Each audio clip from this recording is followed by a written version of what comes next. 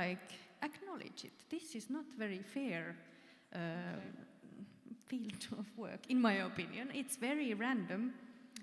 I think there's not any, this is how you get from point A to B. I've been quite fortunate myself that it has been a basic snowball effect of getting one big performance somewhere, and then probably someone sees that, gets interested, maybe a musician wants to commission, so then it starts to build up. But I have no answer on how to start the snowball going, and I think it's it's very pity because there's so many good ideas and good makers out there, and then I think the system kind of feeds the ones that are already kind of doing well, which is also, I don't know, it's good that that's like someone, in order to continue your work, of course you need to get new working opportunities, but I think it's it's not fair how it goes, and there's not, in my opinion, everywhere all the time, and just try to grind, I hate the word, but kind of just to believe in it and kind of just go for it, and when you get an opportunity, make the most out of it. Just talking to a lot of composers this week, it sounds like a lot of whether or not a piece comes off or you're able to deliver a collaboration or end up in front of an audience is very subsidized and is hugely subsidy based. If we turned the tables and made you all the funders, what one thing would you do to make that process more equal, or a couple of people I talked to this week talked about how long it takes. It might offer you a series, and for you then to hire the session musicians to develop the piece, to write it, but also how long it takes for... So that's one of the key problems. But then on top of that as well, the really big one is local council funding. Because essentially, if you're in a situation where, say, like Glasgow City Council actually paid for something, or Aberdeen Council or North Lanarkshire Council and so on, if they were able to invest locally, it would then mean that there is that sense of not only is it art of the area, which is then ties into audiences, but it also then means things like, say, Scotland Arts Council England aren't having to essentially subsidise things that should be being provided by the councils, and it's not just on the back of one organisation to cover it. And that's a really big problem we're having in Britain, where particularly places like, say, the North East England, where that has been heavily attacked, and we now, in the North East, there is only one orchestra, and it's a chamber orchestra. I love the Royal Northern Sinfonia dearly, but there's only so much work they can do. And so it's that local support is a really, really decentralise. Well, exactly, and regionalise it and so on, so then it can be very much, this is for us. It's not just nice middle-class people who want to get money from the government to just stand in a library and shout at people or do something wacky.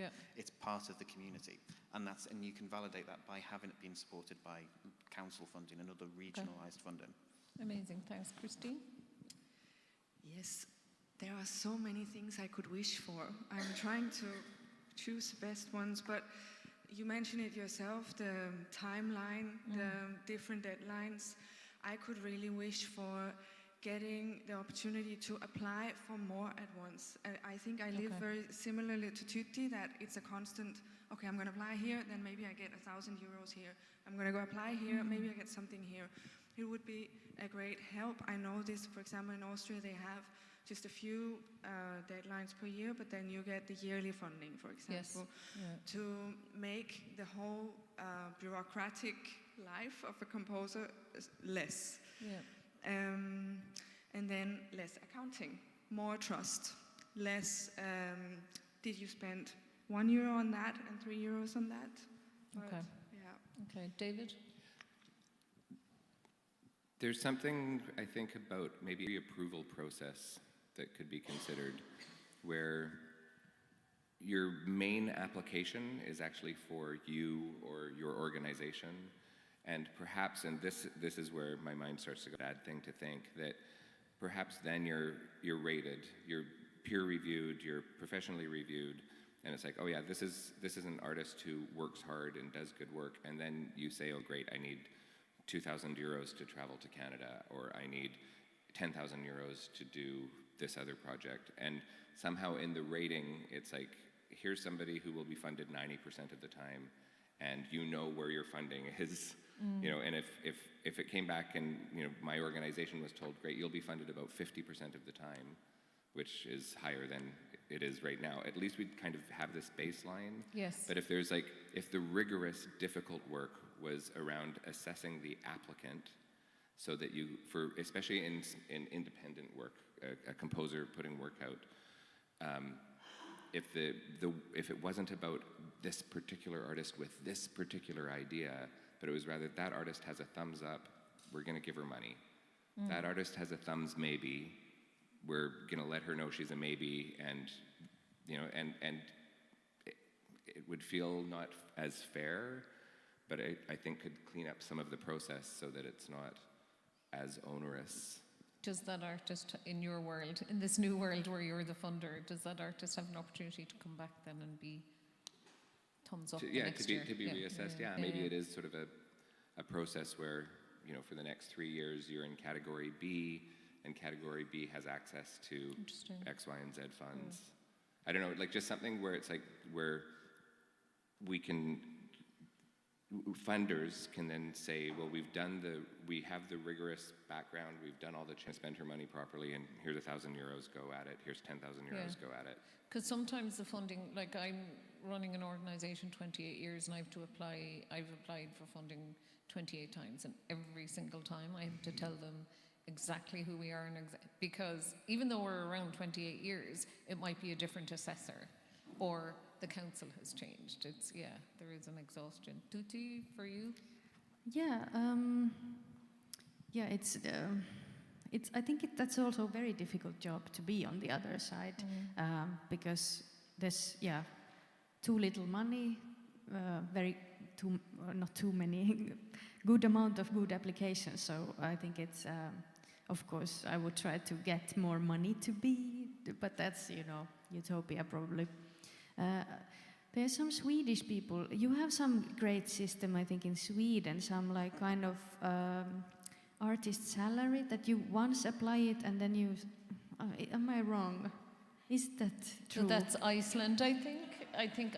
Doesn't Iceland have that? No, I think Sweden. I've heard something. I think that sounds great, but I don't completely. Okay. Doesn't Musikalliansen exist anymore?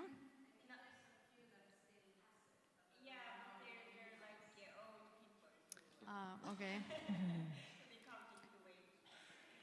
Okay. Yeah.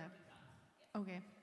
Yeah, but I mean, like this, like continuity, of course, would be definitely needed. Yeah.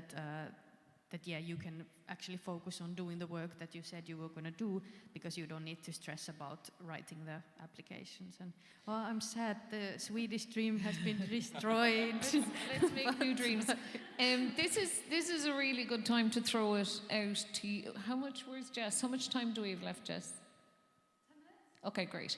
Let's throw it out. So what I'd love to do here is, between us here and you in the room, if there is someone with a never-ending purse in the room, or we're summarising this panel to go back to the people with the never-ending purse, what areas of your work or your development like if you were writing, I'll throw this exact question out to you. If there were points in the pipeline that you feel a monetary or an organisational intervention would make your trip through this process or through this career or this profession easier, you just throw up your hand and...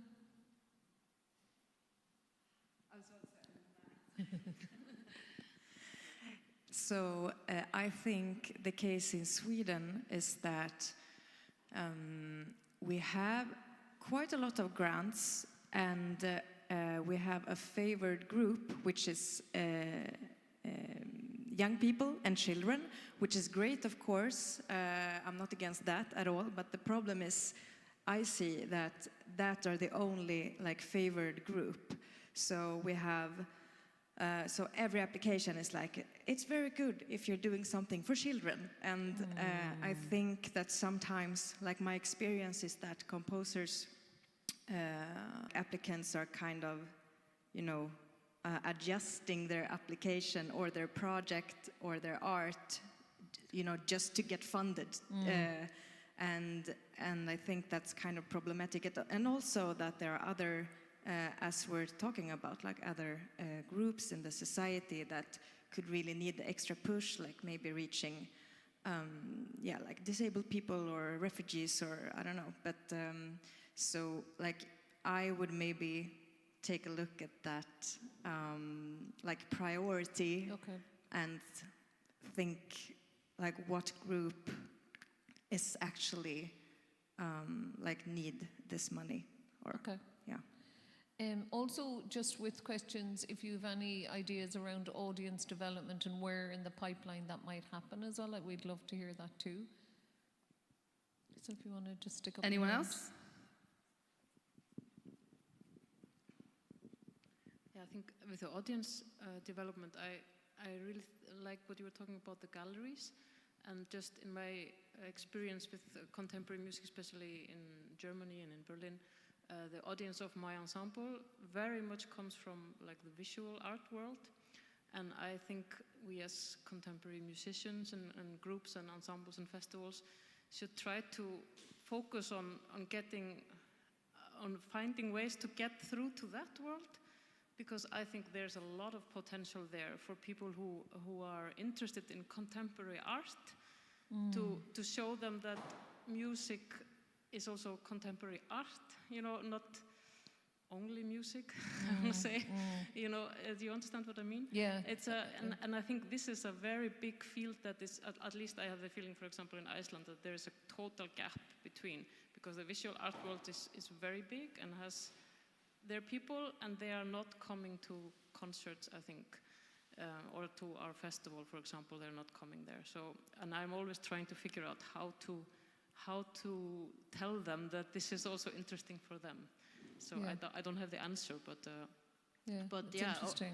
And I don't know why in Germany this is somehow completely integrated. I have the feeling, like that there are just people, and there are also older people who are just interested in contemporary art, period.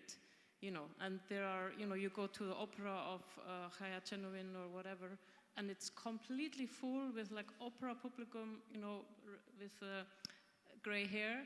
They're like die-hard contemporary art fans. Yeah. You see what I mean? Like, and that's somehow, I would really wish for us to be able to tap into that market. I don't know how, but yeah. Okay. Can I make a short comment on this? I think this is not an answer, but I organized a festival in Helsinki, which was a multidisciplinary festival. So I think that is one thing, that it's very nice to have like sound festivals, but then also doing maybe more, like we do all these art forms, like that could help this, because then, at least in our festival, then it ended up being the audience is mixing a bit, which was great. We collaborate annually with a multidisciplinary festival called Push Festival. And when we started 10 years ago collaborating, I thought, it's the sexiest audience that goes to really cool things. And I thought, now they'll become our audience. And they haven't. But they come once a year, and they experience contemporary music once a year when Music on Main presents it at Push. And so I've also reconciled myself to being like, actually, they didn't go to music once previously, and now once a year they'll check out something weird and contemporary on the music side and enjoy it. Yeah. And so I feel like these small wins, like we're always thinking, how do I make sure that now they come to 17 concerts a year? No, they come to one concert a year, and they chose mine because I collaborate with the festival. So I don't know, small wins really are great, also heartening. Yeah. Christine, did you want to get in there as well? I want to jump a little bit to your question about the pipeline, because I just discovered an important point, also a personal experience. Some years ago, I was funded by the Danish state to go through a program that lasts 2 years, and the program serves you how it helps you to communicate your art, your music, and how to, just get a good career, basically. Right. And the most important thing in this program, you get a bag of money with you, and then you choose, I would like to have these mentors and this consultant. And what I got out of that program was transparency, because I suddenly, over those 2 years, started understanding which field I was navigating in. Okay. And before, I had just been sending applications, like, oh, there's some, okay, I'll just send it out. Yeah. And then suddenly I started to know who the gatekeepers were, what some of course, I'm still kind of feel like there's so much I can't navigate because I lack transparency, but this program gave me the opportunity to start to understand the field I was navigating. That's amazing. I love the idea that you just received a bag of money. I find that so great. Yeah. I think Put it over your head. I think one of the things that we don't discuss in classical music, which is very much discussed in the non-classical sector, is what the brand is and why does the audience come to that brand. So in the non-classical sector, you've got the band is the brand, but that band isn't necessarily the same songwriters or composers writing for that band. Whereas in the classical music sector, we've got a weird balance between, is the brand the festival or the presenter? Is the band the ensemble, or is the band the composer or the curator? Gotcha. And we've got kind of 4 competing brands, and everyone goes, no, it's all hangs off the composer. No, it all hangs off the ensemble. No, it all hangs off the... Whereas in the non-classical sector, it's all built around the band has the brand, and then everyone feeds into that band. And it might be Download Festival presenting Megadeth, but Megadeth has their brand and Download has their brand, but people are, I think there's a weird tension. It's where they cross-pollinate their audiences, yeah. And it's kind of like what David was saying about with Pusher and Music on Main, that people come for Pusher, but now vaguely know of Music on Main, but don't go, okay, that's my thing. Pusher's my thing, so Pusher is the brand in that way, but you're not talking about the ensembles you're presenting or the composers, you're talking about the overarching curatorial side of it, which is, I think, an interesting tension in classical music. Okay. I just one person over here. Here you go. Hi, thank you so much for the discussion. I just wanted to follow a little bit what you talked about earlier about formats and the different formats. For example, if you invite people into a museum, that they will engage with the music in a different way than the traditional concert format, sort of the expectations that comes with that. So I was wondering, like, for you as composers and also maybe as organizers, like, how have you felt that?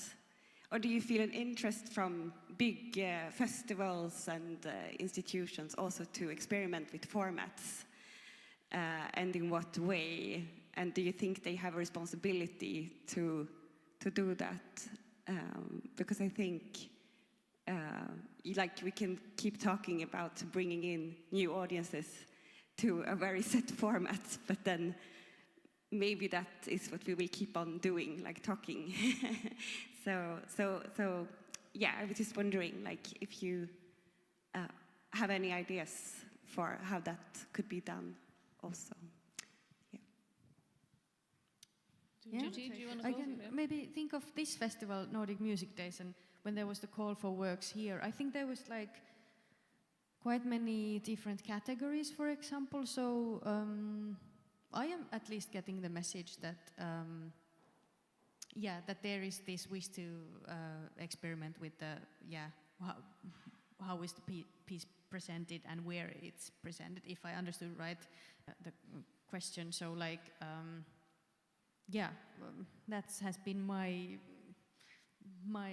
feeling as well, at least that it's definitely something that is more encouraged than. And with the spaces, at least in Finland, I think it's a quite big thing to think of, like different venues. There's some kind of living room culture, concerts made, so kind of experimenting with where you can also have the concert. I'll let you. I think format experimentation, well, that's at the core of Music on Main's work for 19 years, and it's about whether you're the creator of the piece, whether you're the caregiver of the audience, whether you're the manager who's booking a tour, what is the best environment? What is the best way for an audience to experience this piece? And that's, if we ask that question before we go out on stage every time, we'll figure out, well, actually it shouldn't be a stage, it should be a ledge of a coffee bar. It shouldn't be a podium, it should be in the middle. We shouldn't be in rows, we should be in this. And sometimes, like, I don't want to hear Radu Lupu in a jazz club, but I presented all the Beethoven sonatas in a jazz club, and now we do contemporary music in environments that are very quiet but very informal. And so, yeah, I think these decisions we make are based on where we are, like what our geographic community is, who our audience is, what their comfort level is, and how do we bring them along, and how do we lead them into new experiences of music they've never heard before in ways that they're open and permeable to hearing the music in the most comfortable way. And that's just all about the format. And sometimes it is sitting in a beautiful, quiet concert hall. And other times it's a beer in hand, being able to move with your body, or we were talking about the role of your body in the music, like being able to be in close proximity to a body, if that's what matters. Like, what is the best way to experience the work? And that's, for me, what drives any question of format. Well, for me, working with trying to promote sort of disabled audiences and disabled artists as well, I've found it really quite mixed in the way that people have responded to it. One, because of the expectations of the people we're working with. Some people have been utterly great. Nightwith have been very, very good. Sound have been very, very fantastic, and really good examples here in Scotland. But there's quite a lot of organisations, particularly when we talk about disabled audiences, they think it's solely outreach, which is incredibly patronising at the best of times. Yes. But it's just, but there's not any imagination of what a disabled person could get out of it. So when you then try to suggest, maybe we could do with few organisations, I've tried to say, let's do a concert of historic disabled composers. So you have things like Beethoven, you have Holst. It's big staples, but as soon as you want to talk about them as disabled and do it in a slightly different manner, people get slightly touchy. And so you need the right kind of partner to work with to bring it to life. It's sort of part and parcel of it. And also, there is always a lot of pushing that needs to happen, not just in the sense of what the audience can get out of it. Because like a good example of right idea but wrong execution is Wigmore Hall's quiet concerts that they do, which is their attempt at doing accessible concerts. It's very lovely, but it's a concert of solely quiet music, which, I mean, in the middle of London, it does sound kind of ideal given just what a ruckus the whole city is. But the problem is if you're advertising that as an accessible concert, you're forgetting the fact that actually loud can be enjoyable, or that actually what people need to be accessible is a different thing, instead of just going, you can access, but only this bit. This is the only bit. And if we're wanting to actually reach audiences, we need to be viewing it in a way that they should have access to all of it, and then make the decisions themselves. And the problem is it's not always there. We're always happy to sort of, let's do slightly different format, let's do it in a bar, let's do all these kind of things we're happy to do because it's quite subversive and trendy. But as soon as you get it down to the nuts and bolts of, maybe a disabled person wants to listen to some really edgy Xenakis, as soon as you present it like that, a lot of places go, what the fuck are you on about? Kind of response. And so that's the things we need to really think about challenging as well, and keep really pressing the work on that front as well. We only have time for like one more intervention. Do you want to add? Hi, my name's Fiona Robertson. I run the Sound Festival in Aberdeen. As Ben has not a natural new music audience in Aberdeen, and we set it up to bring new music to Aberdeen, but we've had to create our own audience because the new music audience is in Glasgow. And some of the more sustainable ways, well, there's just two that I wanted to share. One was working with amateur musicians, so we work quite hard. We now have an amateur new music ensemble. There's an amateur choir we work with closely. And when you do events with them, they bring in their friends and family to the new music. You're not compromising on quality. The process, they're working with emerging composers to create new work, so it's extremely interesting for the musicians. And they become your audience in turn. So now I was saying to David, some of our musicians who would have been fairly classically trained and fairly conservative, are now, you know, rocking Laura Bowler pieces and loving them. And that's their journey. I think you have to take people on a journey. I don't think you just push people into new music because you change the venue. I think it's more long-term than that. Another thing that I've found always works is somehow being embedded the works you're doing. So the things we get the best audiences for are the things that have some link or some story linked to where we are. So they're composers that have come up and recorded some local people. Recently we had a composer called Annabelle Kershaw who's recomposing after having had children, so slightly delayed career. I don't know if she'd want to be called emerging, but anyway. And she's originally from up with us. She wrote a piece about the North Sea. She interviewed women who worked in the North Sea. So there was a narrative, there was a story that was linked to place, to where we are. And so people came to hear that because they were interested in the story, or they knew somebody who had spoken, or it was the friend of the composer's mum. And suddenly you get people coming into your audience who wouldn't necessarily come, and who go out saying, I really enjoyed that. I'd have never come to that off my own bat. So somehow finding ways of embedding it locally, we found as a way of getting, you know, whether that can be through workshops with children in a school and then bringing the families in, but that's something that I found works in a sort of more meaningful way. Thank you. Okay, that's the end of our time. I could literally talk for another hour. You are so generous, and please, on your behalf, please thank Ben and Tutti and David and Christine for their generosity and openness. Thank you guys so much. Of course. Can I also just once again congratulate Josie and Jess for a great couple of days at Nordic Music Days, and thank you all for coming. Thank you so much.